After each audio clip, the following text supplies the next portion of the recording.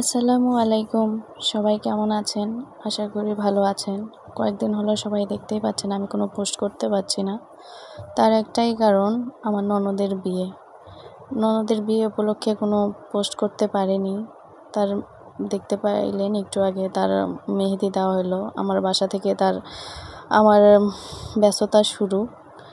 তারপর ঘরোয়াভাবে আমাদের বিয়েটা হচ্ছিল, যার কারণে তেমন কোনো অনুষ্ঠানও হয়নি। এই তো ঘরোয়াভাবে আমরা একটু হলুদ দিচ্ছিলাম। আঙ্কেল আন্টি হলুদ দিল, আমার চাচা শ্বশুর, চাচা শাশুড়ির মেয়ে, আমার চাচাতো ননদ আর কি, ওই তো তার ভাইটাও হলুদ দিচ্ছে। ঘরোয়াভাবে আমরা সব কিছুই করেছি, কারণ নেক্সট টাইম বড় করে প্রোগ্রাম করা হবে, তাই আমরা কোনো কিছুই সেভাবে অ্যারেঞ্জ করিনি।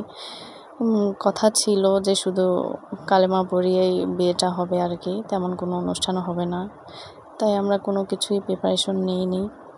এই তো আমার চাচি শাশুড়ি হলুদ দিচ্ছে, এটা নিয়ে আমার বরাবর মজা করছে, এত বড় ঘুমটা কেন দিয়েছেন।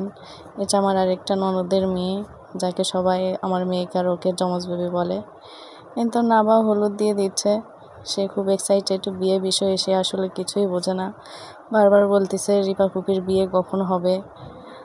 বিয়ে হওয়ার পরেও বলছিল রিপা ফুপির বিয়ে কখন হবে।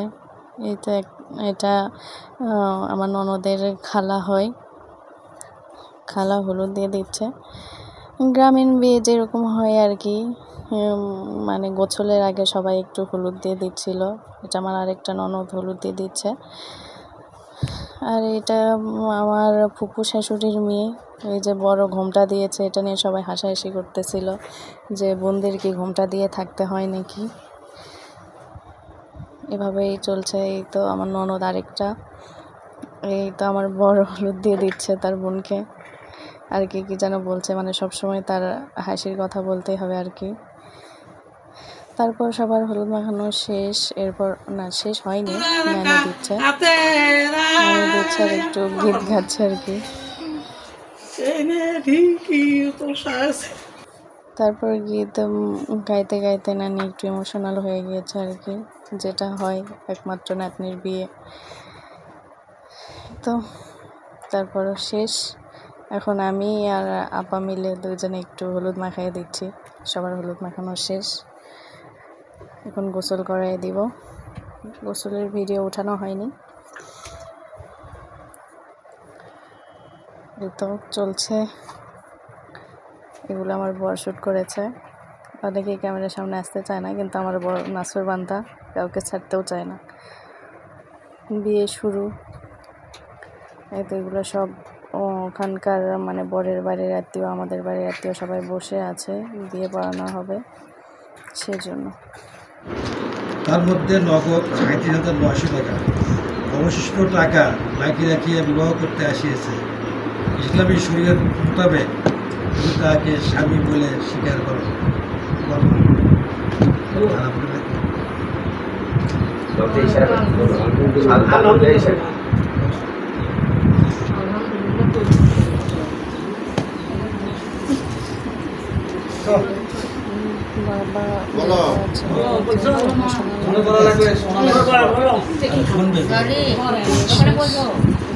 আমার ননদের শ্বশুর তাকে আংটি পরাই দিচ্ছে।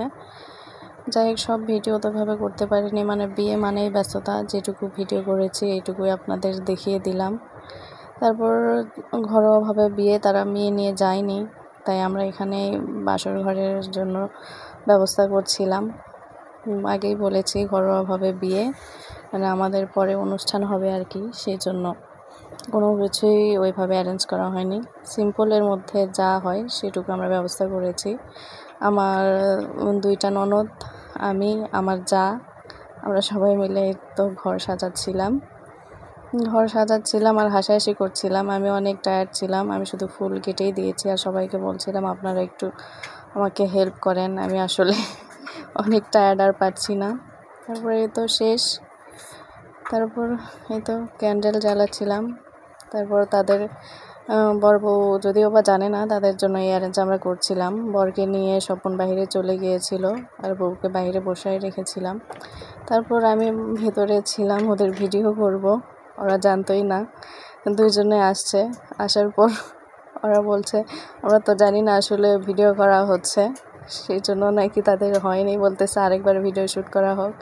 এ নিয়ে আমরা হাসাহাসি করছিলাম। আমার ভিডিওটাও ঠিকমতো হয়নি, তাদের মুখটাও উঠাইতে পারিনি। এই তো বিয়ে পর্ব শেষ, আর কোনো ভিডিও করা হয়নি। তাদের সময় দিলাম, তোমরা এখন থাকো। Tata bye bye. আপনাদেরও বলছি টাটা বাই বাই, আল্লাহ হাফেজ।